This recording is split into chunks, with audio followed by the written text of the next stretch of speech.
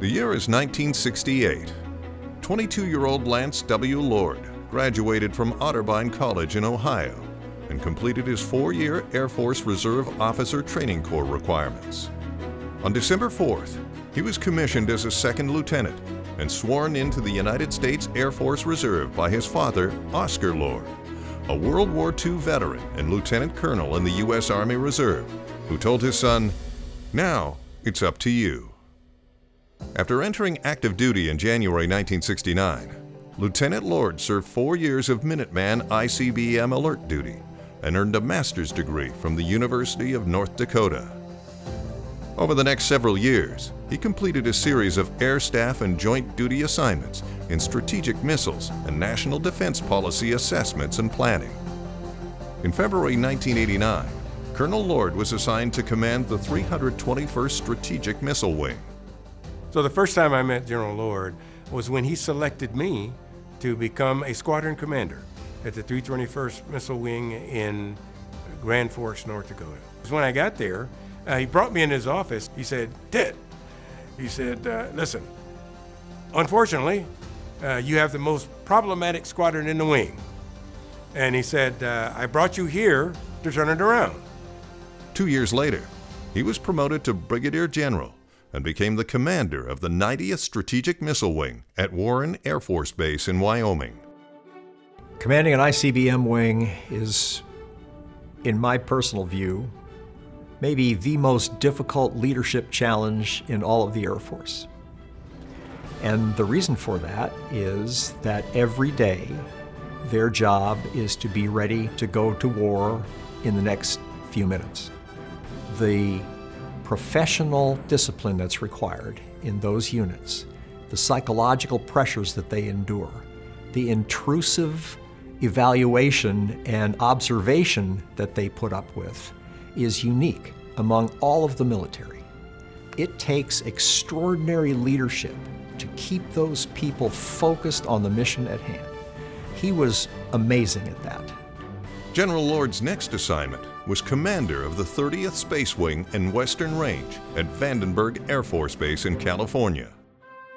General Lord reinvented how space capabilities improve the battlefield objectives of Joint Force commanders in theater. When we went into Kosovo, I remember calling Lance, and Lance said, "Well, let me send you somebody." And so a couple of days later, this guy shows up. We called him the guy who lived in the basement, had thick glasses, and had no life. That's what we called him.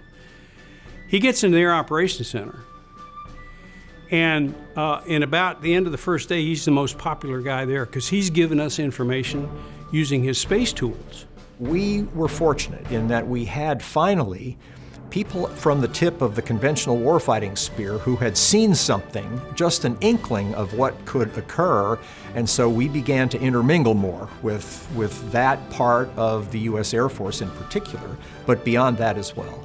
And he stepped up to that challenge and became, I think, the leading advocate for the military space part of our department. The space people were kind of off in the corner somewhere in terms of the thinking of the Pentagon at the time. If you drove a tank or carried an M4 rifle, that's who they thought about. He convinced the people in the Air Force space business that they were a critical part of the operational joint force. That's not something that they had considered in the past. And so General Lord took that on. And I think he set the stage for a series of commanders who followed him, who took that and advanced that torch, if you will, step by step by step, until finally today we have a separate space force focused on the warfighting needs of the Joint Force. In May 2001, General Lord was appointed Assistant Vice Chief of Staff at United States Air Force Headquarters in Washington, D.C. In April 2002, General Lance W. Lord reached the pinnacle of his career, serving 4 years as commander of Air Force Space Command in Colorado. General Lord was in command at Air Force Space Command at a very critical time. It was a critical time in terms of bringing space into the mainstream of joint warfighting. It was also a critical time for modernization.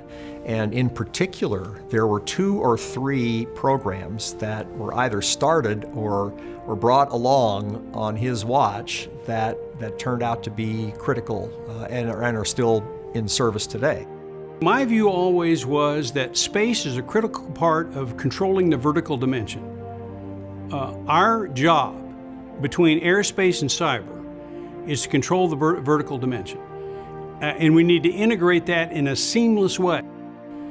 He's the first guy I could really talk to about operationalizing space. And you could talk to him about it because he had time as a missile operator and he had time as a space guy. What he did while he was at Space Command to create this modern force that was effective on the battlefield, that had its own identity, its own pride, its own education, that's what he really did, was he laid that foundation for what we have now. He's not only a student of the game, but he's also a great teacher. The Air Force put him in a couple of places that he could have a real impact on all of us. One was as Commandant of Squadron Officer School for junior officers, and the other was as the commander of Air University.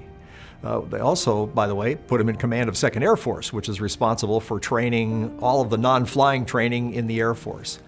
Those are the 3 most critical education points of contact in our entire Air Force. But of course, he went down and ran Maxwell Air Force Base and the whole education process down there.